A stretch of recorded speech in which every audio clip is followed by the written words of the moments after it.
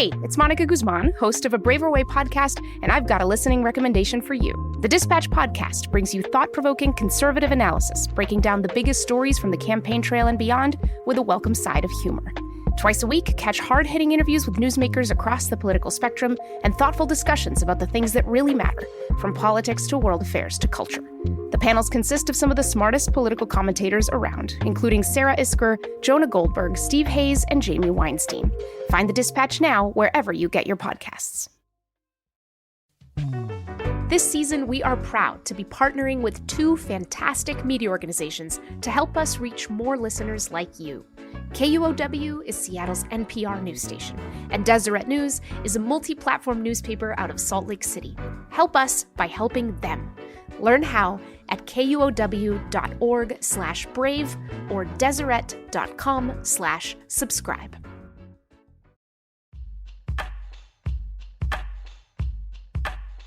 Hey everyone, welcome to 7 weeks before the election and 1 week since Donald Trump and Kamala Harris's first presidential debate.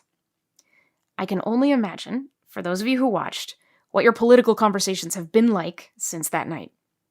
I'll tell you a bit about mine. If you tuned into the podcast last week, you got to know my parents. And they're excited to cast their third vote for Trump in November, while I will be voting with some enthusiasm for Harris. We didn't plan the debate we had the morning after the debate. We just launched into it while I was packing up my hotel room after a visit to Vanderbilt University in Nashville that they drove out to meet me for. We had a bunch of questions for each other, given that during the debate I could not help but look at them every time I thought Trump said something outrageous, and they couldn't help but look at me every time they thought Harris squirmed her way out of a valid critique. And I learned some things. I learned that my mom's vote for the Republican ticket is a lot more driven by the economy than I had ever realized. I learned that my mom and dad disagree a lot about whether laws regulating abortion should come from the federal government or the states. And I learned that one thing all three of us want, no matter who wins the election, is strong early childhood education and policies that put quality daycare within reach of a lot more families in need. Now, I am well aware that not every family that's as politically divided as mine can talk about those kinds of issues for very long or at all, and that a lot of families don't even want to or need to. One listener, Linda in Colorado, wrote in to tell us that her divided family likes to avoid politics and just do and talk about a whole lot of other things they enjoy. We have realized, she wrote, that how we each feel about politics doesn't define the way we feel about each other. But for a lot of other divided families, how they feel about politics doesn't just come to define a relationship, it can threaten to break it. Which brings us to the heart of this week's beat. If there even is a way to repair a close relationship damaged by political disagreement, how in the world might you find it? In a moment here, I'm going to hand the mic to someone who has known this very struggle on a really personal level. We featured her story at the tail end of an episode last year. And given the impact it had on so many of you then, when we weren't diving headfirst into another divisive election, we are bringing it back to you now. With that, here's Janice. My name is Janice Dickinson, and I live in Winthrop, Washington. I was born to a very liberal mother. I went to the University of Colorado in Boulder, which was a very liberal place. I married a liberal. My friends are liberals. There's several issues on the blue side. One is gun control. Another one is abortion.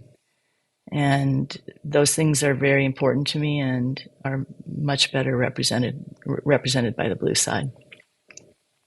I had this contentious relationship with my father. And my stepmother, who was his beloved wife, died 5 years ago. And I was one of the people that was trying to help him in his 80s as he was living alone and needing a lot of assistance. I would come to visit my dad, and it takes me an entire day to get from where I live in Washington State to where he lived in Colorado. So I would spend all this time and energy coming to visit him, and I would walk in the front door and I would hear Fox News on, and they would be on a rant because that's what they do on Fox News, so you could hear it immediately, and there would be some mention of something that I disagreed with, and I just feel this irritation immediately. And I guess I wasn't aware, but I'm aware now that irritation was something that he could feel. So I think the whole event would take really only a few seconds to happen, and then it would set off a chain reaction of my dad being irritated back with me. And it would eventually escalate into him getting really mad at me, and then I would pack up my stuff and leave. And I had been every time intending to stay with him, or had been staying with him, and I'd have to go to a hotel. And it was pretty sad. I cried every time. It was an emotional situation. My brother, who lives locally, would be upset. It would just cause turmoil. And I started Braver Angels kind of during this time. There are two women from my alliance, Sulani Madsen and Sharon Lonergan, who are really outspoken, very conservative women. Sulani Madsen was an architect. And in one of our workshops, she started talking about how she felt there were too many rules and that the left had imposed too much structure on construction, and that it was part of why construction was so expensive. And I know my father had been in construction, and the light bulb went off, and I thought, oh, I agree with that. And that was one of the first ones. And I just felt I started to change. So then I started having these visits with my dad where I would walk in the door and I wouldn't get triggered by Fox News because it wasn't bothering me anymore, because I was beginning to believe that people could have other views and that it was acceptable. What was so cool was my dad changed too. I wasn't coming in, and whatever energy I was giving off to him wasn't happening. So he wasn't reacting to it. And we became almost instantly an amazingly different relationship, and very loving and kind. And I was one of the people that could help him navigate, because he still was a contentious person. That was his personality. But he never got mad at me again. And this went on for a couple years. I was able to manage his care and do all these things. And the very last visit, I'm going to get choked up, sorry. I guess it still hits me. But the very last visit I had with him, he and and my brother had this incredible time with him. It was just an amazing moment. And then a couple weeks later, he had a stroke. And I made it to the hospital 2 hours before he died, and he was completely unconscious, and I never got to talk to him again. And I felt like my father departed knowing that his daughter loved him, and I said goodbye to him knowing how much I cared about him. And there wasn't anything else. It was just pure and clean and so wonderful. I think the biggest thing for me is I sleep at night, because I'm not feeling like half the country are terrible people and uneducated. I just feel like I'm not afraid of the other side. And we had the memorial, or the funeral, for my father. We had 27 family members, and many of them are conservative, and nobody cared. And it was an amazing celebration of his life and connection for all of us.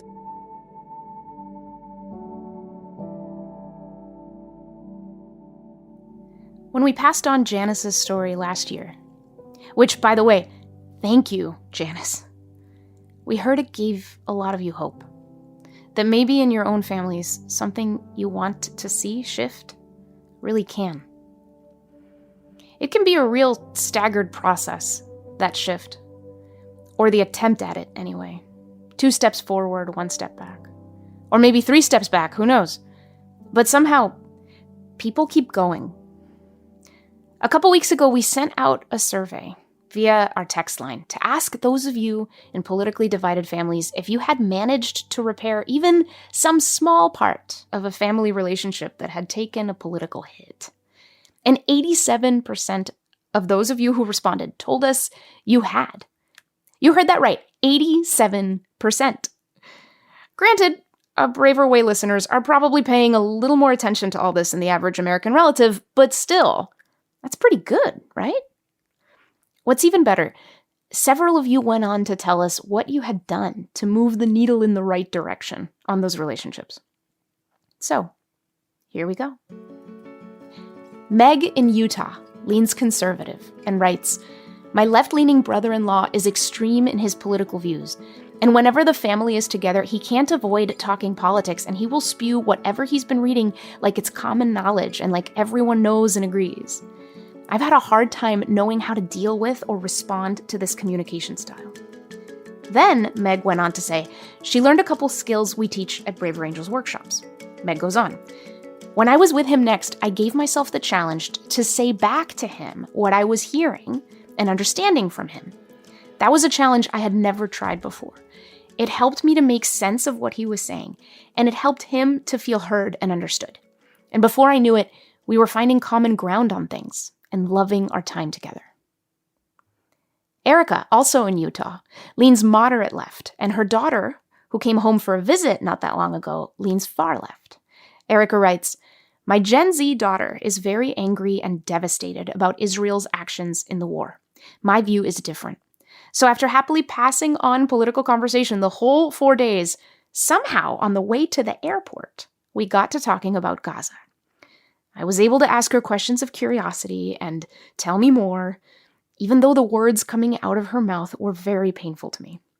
I wasn't perfect. I think I probably sighed a lot and winced a bit, but I count it as a win that it didn't turn into a fight.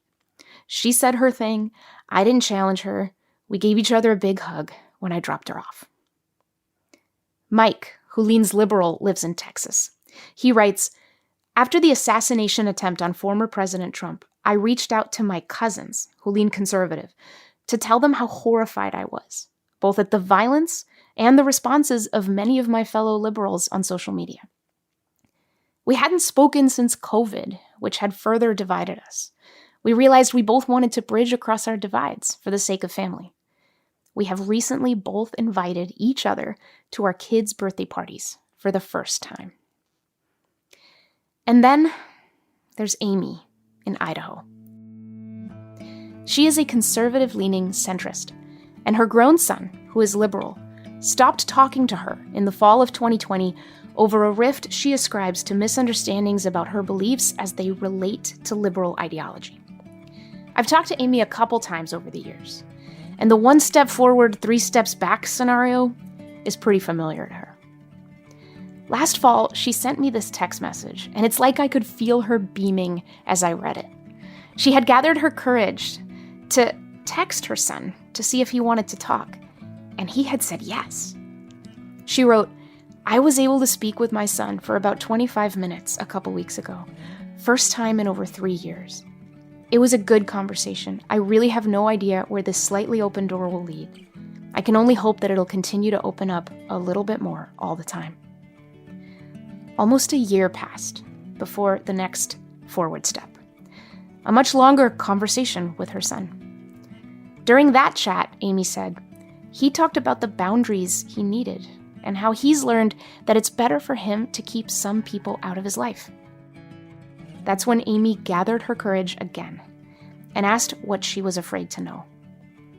"Are me and your dad in that group of people you want to keep out of your life?" "No," he told her. He was enjoying that conversation. He wanted to talk again. I wanted to end on Amy's story because, as I've heard from family members divided by politics all over the country, it's felt like one of the hardest things for anyone to accept is that we can't control other people, even the people we love. They will move, if they move, on their own time, on their own terms. and there is a courage in patience. If you are struggling with political division in your family, if whatever's going on is not a big deal or something you can brush aside very easily, I hope you know you're not alone. I hope you find some slightly open doors in some moments.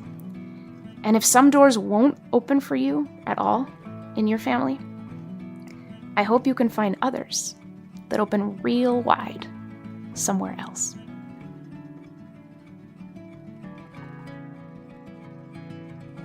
And by the way, if your family is torn over election season politics, I invite you and a loved one to consider signing up for the reprise of a video series at Braver Angels called Helping Loved Ones Divided by Politics.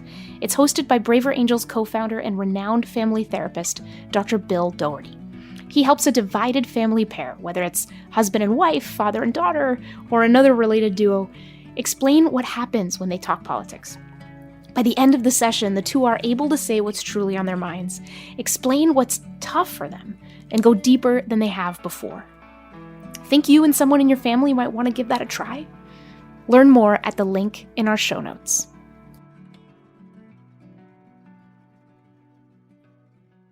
Thank you all so much for joining us for this Beat episode of A Braver Way. A Braver Way is produced by Braver Angels and distributed in partnership with KUOW and Deseret News. We get financial support from the MJ Murdoch Charitable Trust and Reclaim Curiosity, and count USA Facts as a proud sponsor. Our senior producer and editor is David Albright. Our producer is Jessica Jones. Our theme music is by the fantastic #1 Billboard bluegrass charting hip-hop band, Gangsta Grass. A special thanks to Ben Karen, Dawn Goldberg, Gabby Timmis, and Caitlin Annis. I'm your host and guide across the divide, Monica Guzman. Want to share your story with us? Please do. I love to see them. You can always reach us at abraverway@braverangels.org or join our text line by texting the word BRAVE to 206-926-9955. Take heart, everyone. Till next time.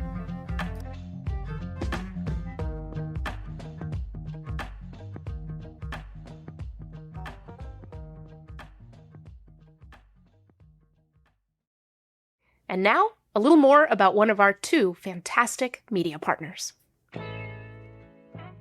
KUOW is proud to partner with A Braver Way to help this podcast reach more listeners like you, because they believe that a better democracy begins with an informed public. As Seattle's NPR news station, KUOW is committed to providing local stories, trusted perspectives, and inspiring conversations, all free of paywalls. Over 90% of KUOW's operating budget comes from community support. If you value this podcast, please consider donating to KUOW at kuow.org/brave.